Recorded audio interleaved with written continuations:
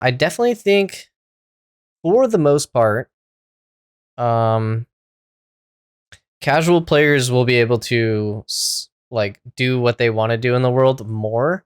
I think the only problem that casual players will have to come across and change about what they do and how they react to the world is primarily grouping up with people. I don't think casual players tend to group up. That's why games have been getting pigeonholed into like a more solo gameplay direction. Um, but as long as there's avenues and ways for people to group up in game and really help that system, I think it will mean that casual gameplay can happen. A lot of people like exploration. A lot of people like gathering for casual gaming. A lot of people like these like solo areas. And yes, while they're like the best content and stuff like that is going to be for like group raiding and stuff like that, I definitely think the solo player will definitely be able to gravitate towards their own solo farming spots and stuff like that and continue on. You can also join Caravan solo, you can join Node Wars solo. You don't have to be in a group for any of these things. You can still enter these things as a solo player, but you are just playing with other people in these modes. So I don't think there's anything really to worry about for the casual player. People don't have someone to watch to show them how they should be playing their class. Are they going to excel at it? What? Oh, y'all are saying that I should do that for the Bard? Make some Bard videos? I mean, yeah, I'm down. Did Q just insinuate that he's gonna ERP? That's what it sounded like. He likes that WoW implemented bots to tank / heal the field dungeon rolls, and that sounds so depressing to me. I mean,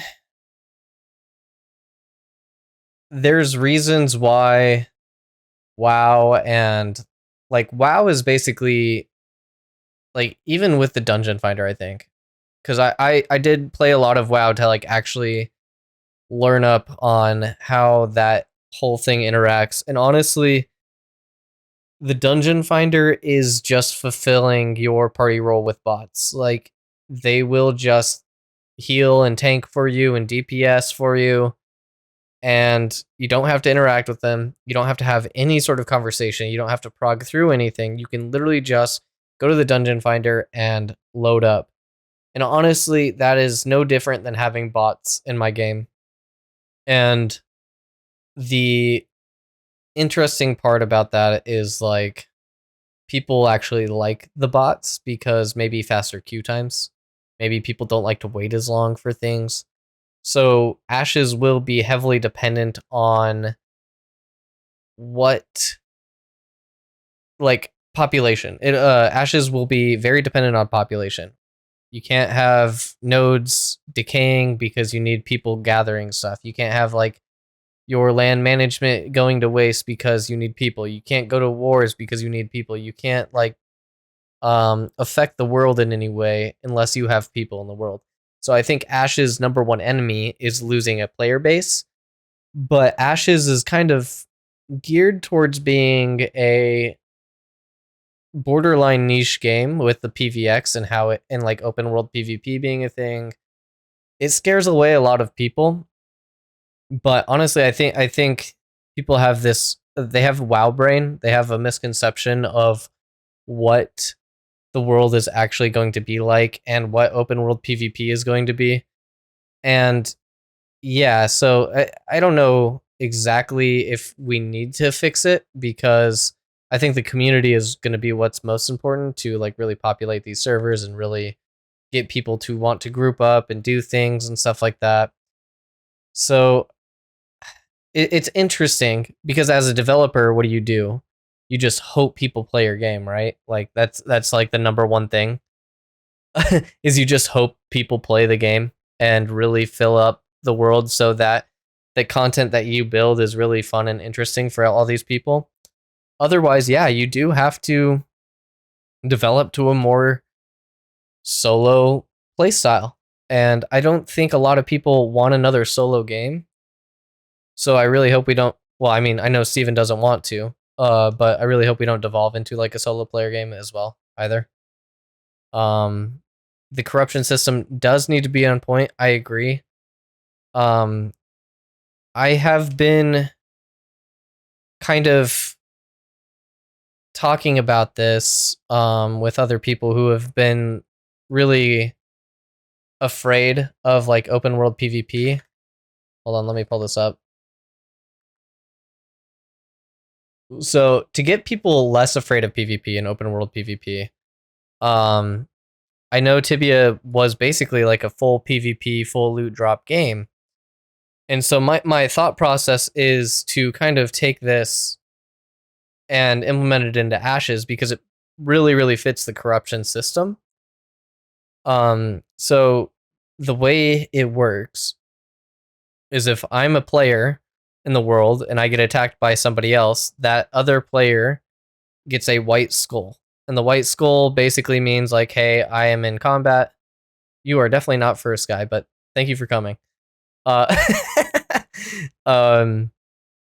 So you get like attacked by a white skull, and that just basically in Ash's terminology, they turn purple. They're a combatant.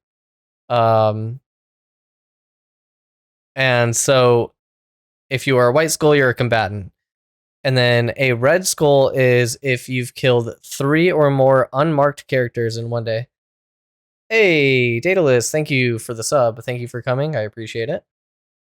Yeah, you really do. I don't have any of that stuff. Honestly, I had hydrate, but people kept spamming hydrate, and I was like, bro, I need to piss like every 15 minutes, and that is not a good thing. So that is the number one reason why I don't have redeems. Especially when I have friends like Sky who just like sit in my chat and like lurk for hours upon hours. Hey, Sky, thank you for coming. You came 10 times. Thank you. That is your 10-month sub. Really appreciate that. The homie. I smell like beef and nickels. What do you mean? What does that even smell like? I guess it smells like me. Empty a bottle, fill a bottle? Yeah, I guess I'm not a real gamer. I don't have a shit bucket. You know what I mean? It's a big issue. Iron? Love you too, Sky. So yeah, basically, Red Skull is if you kill 3 or more unmarked characters. So if you are killing green players, if you get a corruption, but then if you kill 3 players in one day or 24 hours, 5 or more green players in a week, or 10 or more green players in a month, you are corrupted for basically a whole month. And there's no way to wipe this.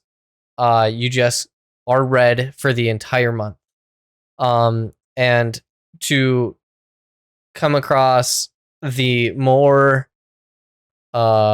excessive part of the unjustified player killing, you get a black skull, which means you are unable to attack green players or non-combatants. And then you're streaming while waiting for the live stream from Intrepid. Nice.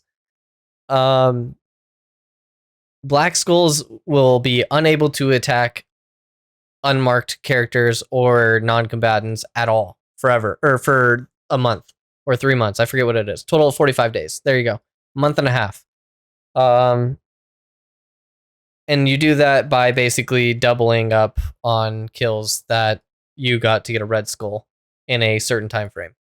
And I think this is really, really beneficial because it basically already has the same rulings for corruption that we already have, but it's a little bit more nuanced. It's a little bit more straightforward. There is a timeline. It's kind of set up, but it doesn't really change anything in the system. So that to me is very good. But the most important part, I think, is this yellow skull.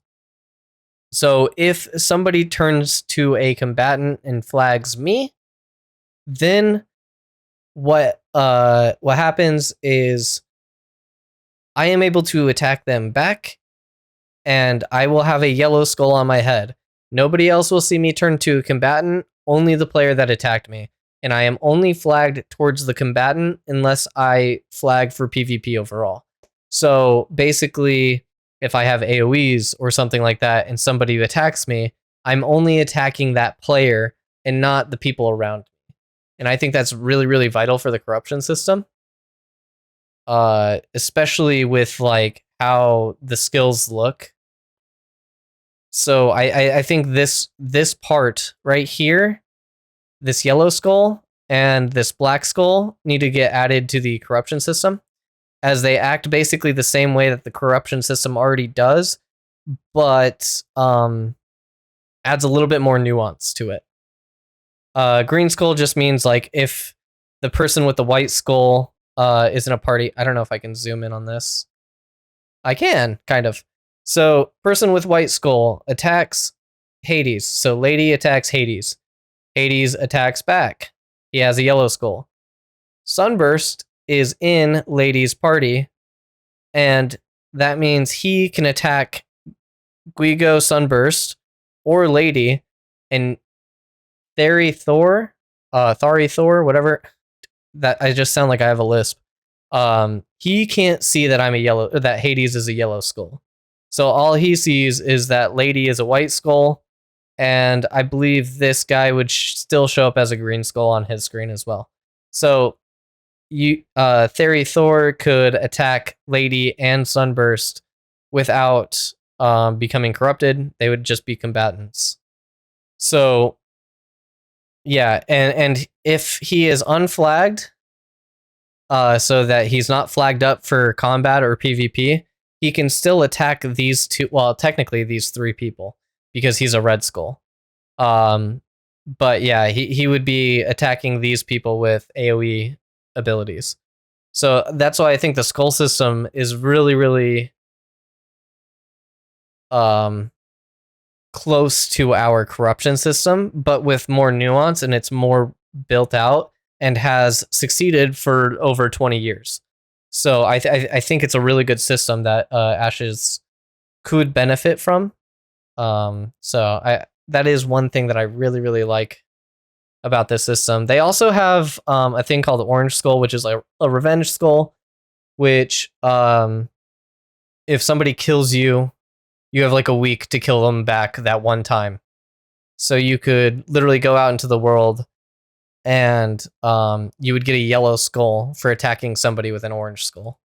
The only thing that you can't do is attack them in protection zones. And there are protection zone time frames from being able to enter into them after attacking somebody and becoming skulled.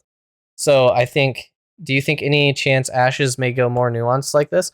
I really hope so. I really do hope so. Okay, have fun, Planadorf. Have a great stream, or have fun watching the stream, I should say. We have 29 minutes until the stream, so I'm really excited. Thank you for stopping by, though, Planadorf. I really appreciate it. What is this collaborate thing? I think the collaborate thing is like you can stream with other people. It's like the stream together for Twitch. I don't know. I haven't used it. I haven't set up anything for it yet, so I haven't really tested any of that stuff out.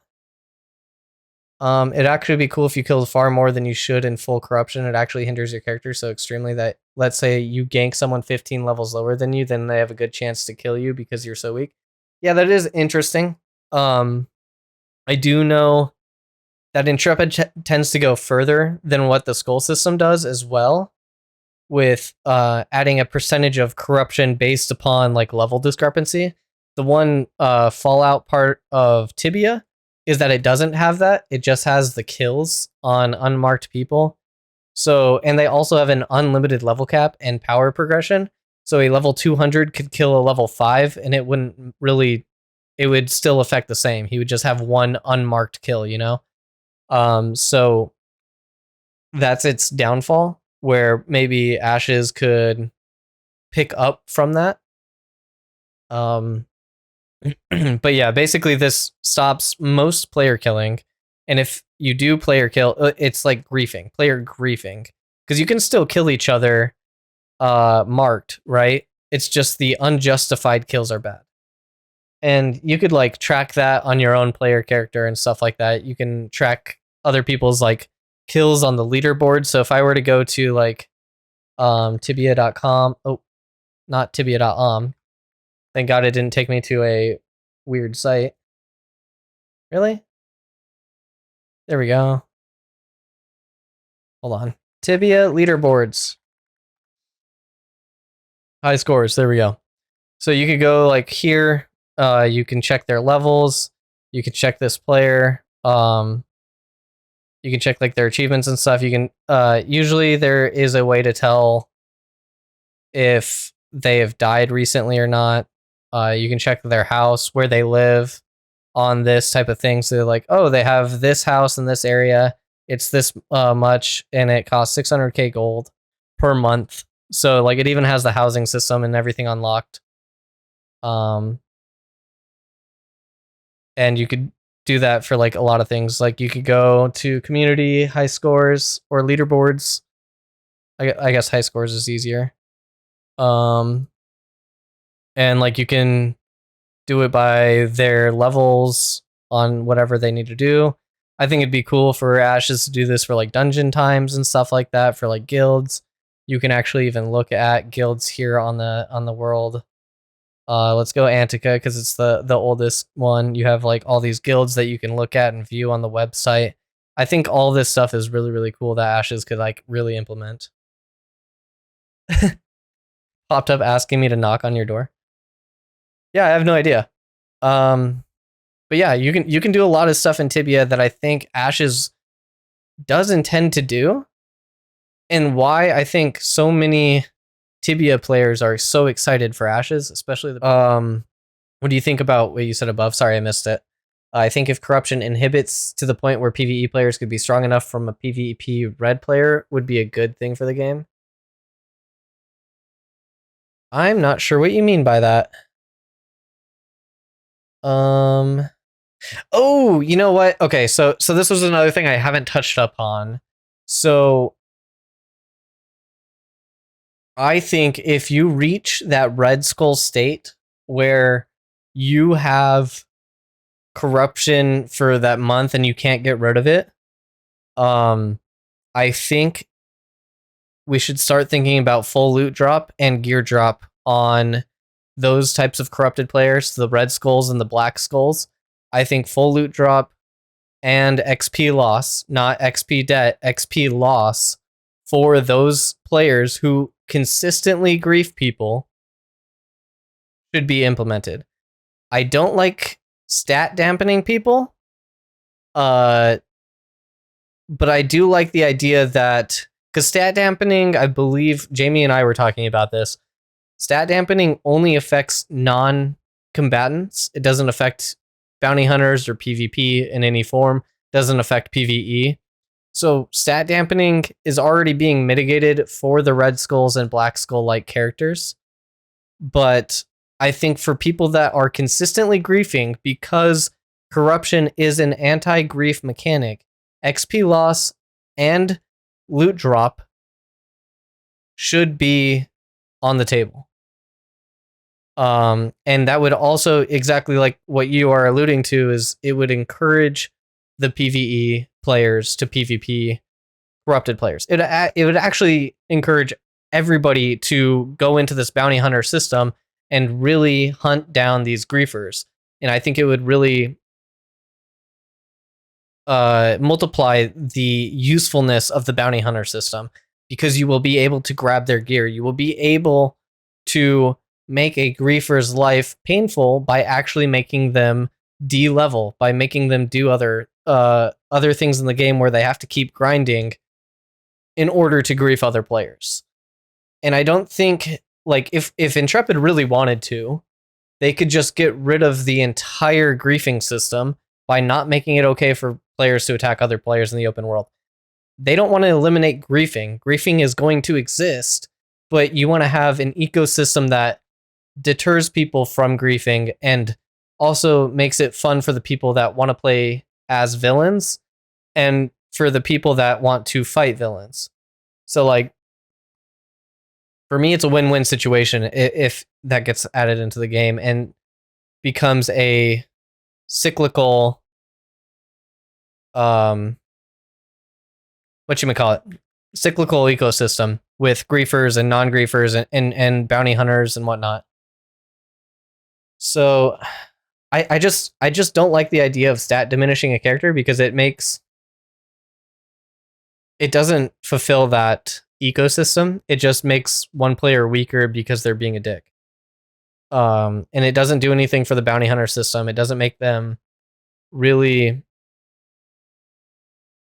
It doesn't make the world like you. If you're killing weak people in the world, it doesn't make sense mechanically or story wise for you to be weaker. It just deters players from being dicks. But like, yeah. I don't like the idea of stat dampening. If I can get rid of it, that'd be great. And since it's only geared towards non-combatants anyways, the Black Skull would fulfill that. Griefers will use burner characters with loot they don't care about. Yeah, but then they're going to be weaker. They're going to lose more shit. They're going to be less likely able to grief.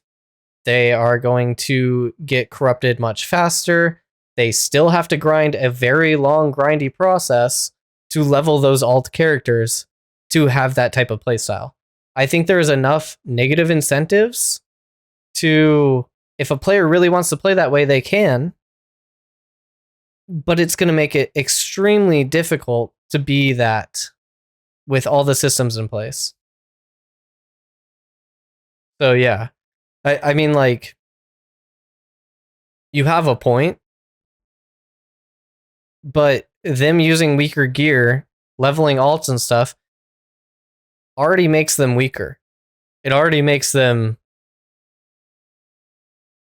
stat dampened by gear fear, if you will.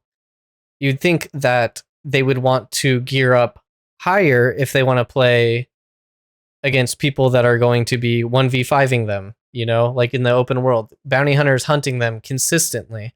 They will need to have good gear to defend themselves if they are to really defend themselves and not just get ganked to hell.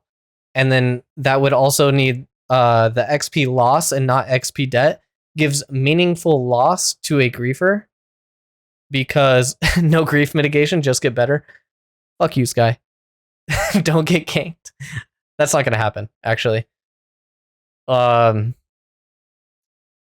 Like, people will just abuse mechanics where they can. And if you just make it so griefers can't exist or whatever, then people are just not going to attack people in the open world. The bounty hunter system is going to be useless. Yeah. I mean, we've also seen, like, me and Sky, we don't have gear fear because we play a shit ton of Tarkov, right? So, like, load in with your best gun, protect yourself, and you are going to sometimes drop massive loot. You know, like, the same should happen in a MMO world.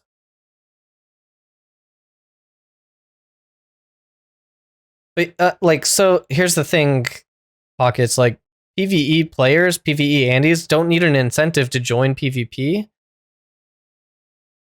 Corruption in itself is an anti-grief mechanic that fulfills the ecosystem in different ways than just turning off PvP. So it's a way for corruption to fulfill the economy. It's a way to de-incentivize griefing while also allowing it to exist. Because having it's crazy, because when I was playing Tibia, if I'm walking in the world, I see players that are much, much higher level than me. Level 150, level 200, like, these guys are insanely high level, but they have no incentive to kill lower level casual PvE Andes. They don't have any incentive to, like, really go after these guys because the materials that they have, the gear that they have, is meaningless to them. They don't care about any of that. They have way more than that. The only reason why people would do that is because they're being assholes. And the community itself really hated those assholes. And so they would hunt people. They would gather up guilds together to go, like, take down griefers. They would help out the casual PvE Andes. Like, the the community is actually so strong in a PvP world, PvX world, you know? So I really don't feel like you need to give them an incentive, but it does give people a way to get that stuff and really fulfill everything. Yeah, you have good guy guilds versus red guy guilds. Yeah, true. I think another thing about the corruption system too is like the guards and stuff will attack red players and stuff. Um, with the skull system, that would be difficult because if you have somebody that's like, say, a red skull in the city, in it, the current form of Ashes of Creation, the guards would attack them and they wouldn't be able to use the vendors and stuff like that. I don't really like that either. I think the guards should probably only activate if they're attacking another player. I think that's how that AI interaction should work. But yeah. So just YXon says, as a PvE Andy, hardcore PvE Andys won't likely be giving this game a shot. People that are willing to grow and adapt to enjoy the other systems in the game will just adapt. Yeah, I agree. I mean, like, for me, I had said this previously in the Golden Feather Tavern Discord that I would like to start learning about crafting and gathering, even though I'm not a crafter gatherer at all, because getting the best gear comes from crafting and gathering. And I feel like I really need to up my knowledge in that area. So it's going to take me out of my comfort zone, which is a good thing for a game. It's going to make me a more well-rounded player. It's not going to make me so like focused. And for me to be a better PvPer, a better raider, a better dungeon dweller or whatever, I need to learn another system to be a better player.